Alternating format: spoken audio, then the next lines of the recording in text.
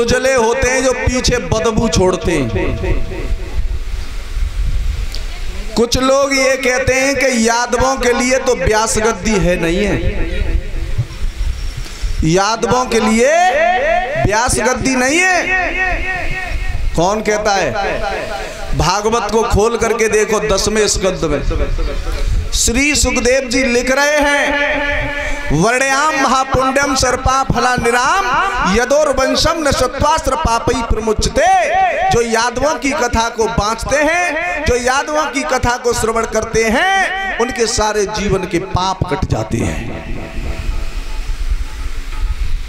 लेकिन हमारे तुम्हारे जो पिता हैं वो क्षत्रिय रहे हैं और हमारी तुम्हारी अक्सर करके माता है वो ब्राह्मणी रही हैं। इसलिए ब्राह्मण लोग हम तुमसे जजमान बोलते हैं, उनके हम मेहमान हैं।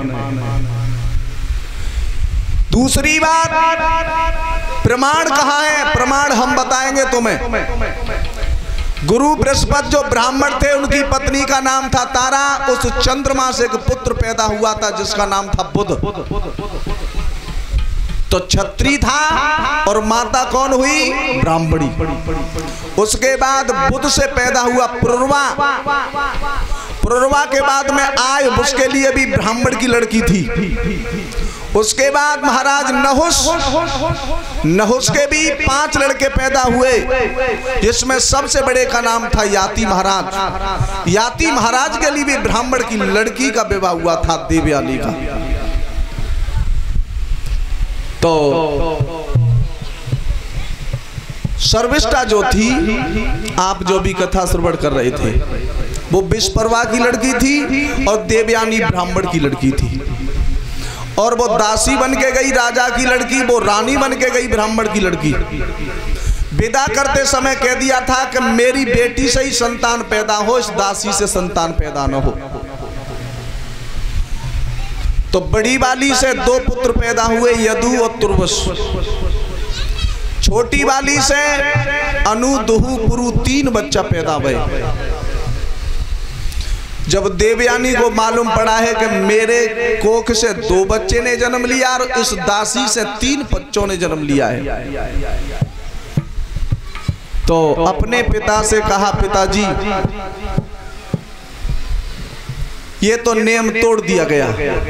तो लली कैसे आई है बता, अब तुम करो तैसे कर लो। तो शुक्राचार्य ने उन्हें श्राप दे दिया। वो जवान थे, बुढ़ापे में आ गए। और जब बुढ़ापे में आए तो देवयानी फिर भाजत गई, पिताजी जी बहुत बुरा भौके चो, मैंने जे थोड़ा ही गई कि तुम उन्हें बड़े बूढ़े बना दिए, बहुत बुरे लग रहे। तो बेटा अब कछु ना हो, अब तो कोई अगर उन्हें अपनी जवानी दे दे, बुढ़ापा ले ले, तो कुछ हो सकता है। तो उनने सबसे पहले अपने बड़े लड़का यदु से कहा, उसने भी मना कर दिया। उसके बाद तुर्वस से कहा, उसने भी मना कर दिया। अपने छोटे वाली रानी के जो दासी के पुत्र पैदा थे अनुदून से कहा, उनने भी मना कर दिया। सबसे छोटा लड़का था पुरु, उसने कह दिया, पिताजी जो आपका ही शरीर है, आपका ही सब कुछ है, मैं जवानी दे सकता हूँ और बुढ़ापा ले सकता हूँ। 50,000 वर्ष तक उन्होंने अपने गृहस्थ में उनको भोगा। और जैसे ही चले तो सबसे छोटे लड़का को बुला करके उसे राज का अधिकारी बनाया।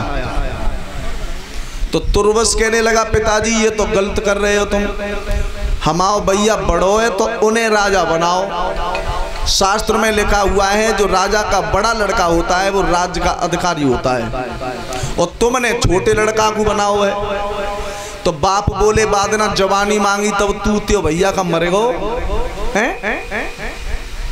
उसने कहा, पिताजी बहुत उल्टा काम कर रहे हो। पिताजी ने कह दिया, अब कुछ नहीं होगा।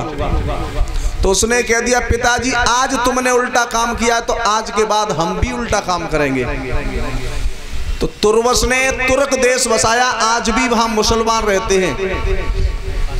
यादव और मुसलमान खास माजाए भाई हैं। उसी दिन से उल्टा काम करने लगे। तुम गाय की रक्षा करोगे, वे गाय कटवाएंगे। तुम शुद्ध बैठ के भजन करो, वे उल्टे के भजन करेंगे। तुम शुद्ध रूप से करो, वे माइक लगा करेंगे। तुम दाढ़ी मोछ राखोगे, मोछ ने कटवा देंगे, दाढ़ी रखेंगे। तुम हाथ पार यूं धोगे, वो उल्टे धोंगे।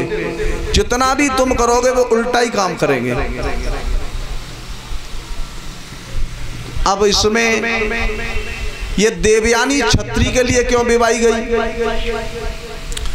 जब महाराज शुक्राचार्य संजीवनी विद्या जानते थे, जब देवताओं में और दानवों में युद्ध होता था तो शुक्राचार्य उन दानवों को जिंदा कर लेते थे।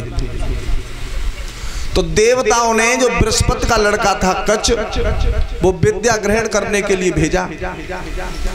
विद्या ग्रहण करने लगा तो दानवों ने सोचा कि अगर ये विद्या सीख करके चला गया तो देवताओं के पास पहुंच जाएगी। तो उसने कच को एक जंगल में घेर के और चिता बना के वो जलाए दो।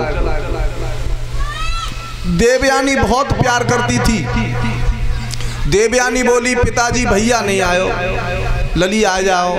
पिताजी भैया नहीं आओ, आ जाओ। जब शाम का वक्त हो गया तो पिताजी गए तो उसकी राख पड़ी थी। उस राख को गुरुजी ने पानी में घोर के सागर मिला के पी गए।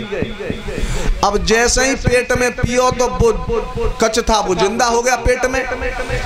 अब देवयानी आई, देवयानी ने कही भैया के हाँ कहाँ है, के पेट में। तो वो मौते तो कहती भैया, लेकिन पेट ते मानती सैया। तो ये वहां पर लोग गाते हैं, पिया पिता के पेट में सुता रही है खुला।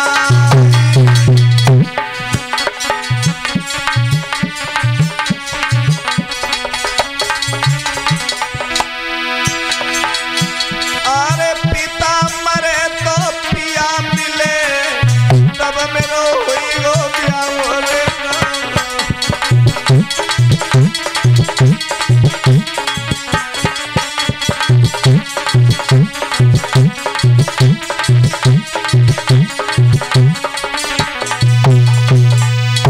देवयानी कहने लगी, जब तक पिता मरेंगे ना तब तक पिया मिलेंगे ना। तो वहां पर शुक्राचार्य का पेट चीरा गया, उस कच को बाहर निकाला गया। कच जब बाहर आया, शुक्राचार्य घर पर लेके आए और जैसे ही विद्या पाने के बाद पैर छू के चला, गुरुजी मैं जा रहा हूं। तो उस देवयानी ने हाथ पकड़ लिया, कहां जा रहे हो? आपको मैं पति मान चुकी हूं। कच बोलो पागल है गई का? अरे तू मेरे गुरु की पुत्री है तो धर्म की बहन लगती है, मैं तेरा भाई हूं। देवयानी बोली, नहीं मैं तुमसे शादी करना चाहती हूँ, आप मुझसे शादी कर लो, मैं दूसरे के साथ में विवाह नहीं करूंगी। कच कहने लगा, कुछ भी नहीं हो सकता, मैं तेरे साथ विवाह नहीं करूंगा, तू मेरी धर्म की बहन है। तो देवयानी बोली, मैं तुझे श्राप दे दूंगी, जो मेरे पिता से तूने विद्या सीखी है वो निष्फल हो जाएगी यमुना पार होते ही। उसने कहा मैं श्राप सहन कर सकता हूं। उसने श्राप दे दिया और उसने भी कह दिया कि तू ब्राह्मण वंश की नायिका है, तो तू ब्राह्मण वंश में नहीं, तू क्षत्रिय वंश में ब्याही जाएगी। जैसे ही कच विद्या सीख करके चला, उधर पल्ली पार में उनके पिताजी आ गए। आवाज लगाई, पिताजी हाँ मैं उल्ली पार से पल्ली पार तुम्हें कथा सुना रहा हूं, क्योंकि मुझे श्राप लगा हुआ है, पल्ली पार जाते ही मैं भूल जाऊंगा। उल्ली पार से पल्ली पार में तुम्हें सुना रहा हूं, और जैसे ही मैं पल्लंग आ जाऊं तब तुम मुझे सुना देना। इसलिए तो सभी कहते हैं कि सब देवन के गुरु बृहस्पति हैं और बृहस्पति को गुरु। तो बृहस्पति के गुरु कौन है? उनका लड़का है जिसका नाम है कच। बोलिए गोविंद भगवान की।